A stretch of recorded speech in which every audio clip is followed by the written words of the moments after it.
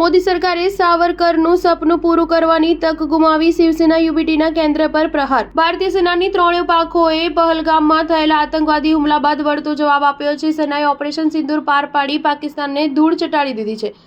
તાજેતરમાં જ ભારત અને પાકિસ્તાન વચ્ચે ભારે સંઘર્ષ થયો હતો, જે હવે અટકી ગયો છે. હવે આ મામલે શિવસેના યુબીટીએ મોદી સરકાર પર નિશાન સાધ્યું છે. કેન્દ્ર સરકારે પાકિસ્તાન વિરુદ્ધ ઓપરેશન સિંદૂરને અટકાવતા શિવસેના યુબીટીએ વીર સાવરકરનો ઉલ્લેખ કરી મુખપત્ર સામના આકરા પ્રહારો કર્યા છે. શિવસેના યુબીટીએ કહ્યું કે કેન્દ્ર સરકારે સૈન્ય કાર્યવાહી અટકાવીને હિન્દુત્વ વિચારધારક વીડી સાવરકરના અખંડ ભારતના સપનાને પૂરું કરવાની તક ગુમાવી દીધી છે. પાર્ટીએ મુખપત્ર સામનાના તંત્રી લેખમાં કહ્યું છે કે જો સેનાની આ કાર્યવાહી વધુ 4 દિવસ ચાલી હોત તો ભારતીય સશસ્ત્ર દળોએ પાકિસ્તાનના કબજામાં રહેલા કાશ્મીર, કરાચી અને લાહોર પર કબજો કરી લીધો હોત, પરંતુ અમેરિકાના રાષ્ટ્રપ્રમુખ ડોનાલ્ડ ટ્રમ્પે ખેલ બગાડી દીધો.